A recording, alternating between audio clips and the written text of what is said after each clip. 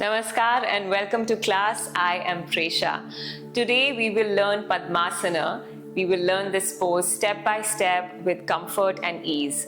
Keep 2 blankets handy as props and we might use them for some extra support for our knees.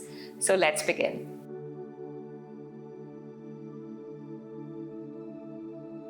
To work on your Padmasana, you might want to do a few preparatory poses to open your hips or to increase the mobility of your knees and your ankles.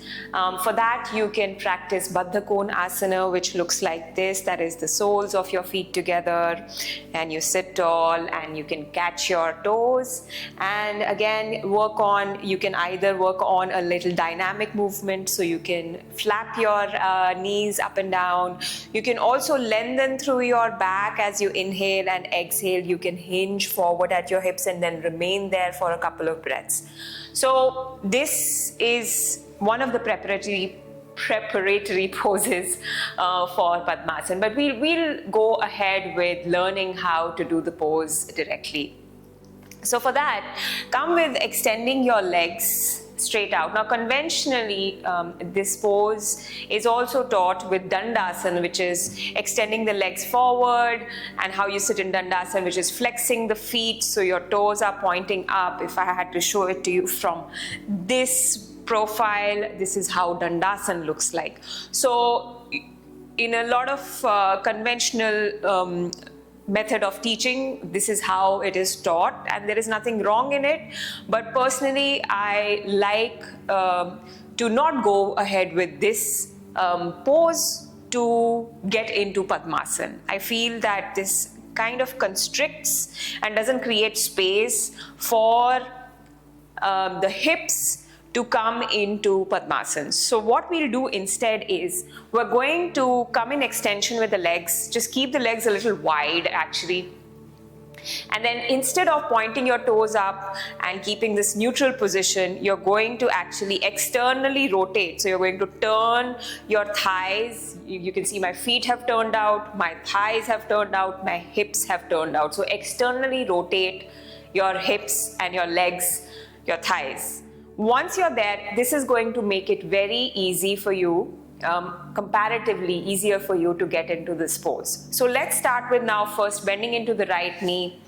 And then once you have bent into the right knee, you're going to catch the under area of your ankle and your shin, and you're just going to keep your ankle kind of in a very soft, straight manner, not trying to here flex or point your toe. So just keep the natural position here, and then slowly you're going to place that left foot closer to the midline of the body, almost at the sort of at the edge of it, and you can see here that the sole of my foot is kind of now facing upward to the ceiling.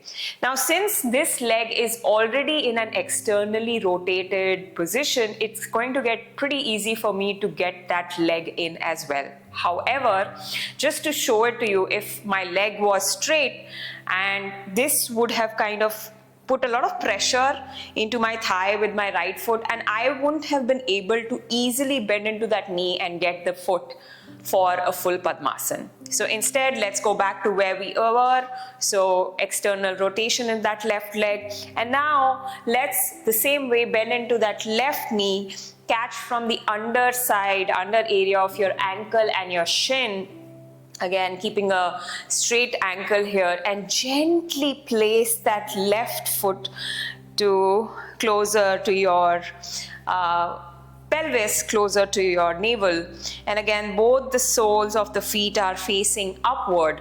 Now, if there is a little space that you can feel under your knee, maybe right or left knee, you can use your blanket and place it under as a little support and little cushioning. And this way you're going to come in Padmasana, lifting your chest up, drawing your navel slightly in, keeping it gentle. And with your hands, you can come in Chin Mudra or Gyan Mudra, which is bringing the connection between the index finger and the thumb. Relax your shoulders, and you can then go ahead and go with your practice, whether it is meditation or anything else. You can also place your hands over each other in the center, and that is also one of the ways that you can work with your hands. So this is the best way to get into Padmasana according to me. And if you feel that bending into the other knee and getting the foot here is uncomfortable, perhaps for your knees, it starts to pinch, it starts to pain, then let's take a half Padmasana, okay? So for that, we're going to again come back to just extending the legs, extension, and then externally rotating the legs. And before I move on with the Ardha Padmasana, I would also like to tell you that we worked with bringing the right foot first in, so right foot and the left foot, and then please switch sides. So then work with bringing your left foot first in and the right foot, so that there is balance in this pose, okay? So for Ardha Padmasana, again, bend into your right knee, catch the ankle from under, the shin from under, and you can place that foot again closer to the midline of your body. But before we do that, come into a cross-legged position halfway. So left knee, again with that external rotation, bend into your left leg and just bring your foot closer to the inseam of your right leg. The right leg is an external rotation already, so we're going to do the same thing. We're going to just place the hand under, bending into the knee, and gently place that left foot over the left thigh. So this is Ardha Padmasana, or half Lotus Pose. And again, by all means, if you want to place a blanket under your knee, go ahead and do that, okay? And you can obviously then switch sides, so your left foot comes up and your right leg goes under. So these are various ways that we can get into this pose, into Padmasana.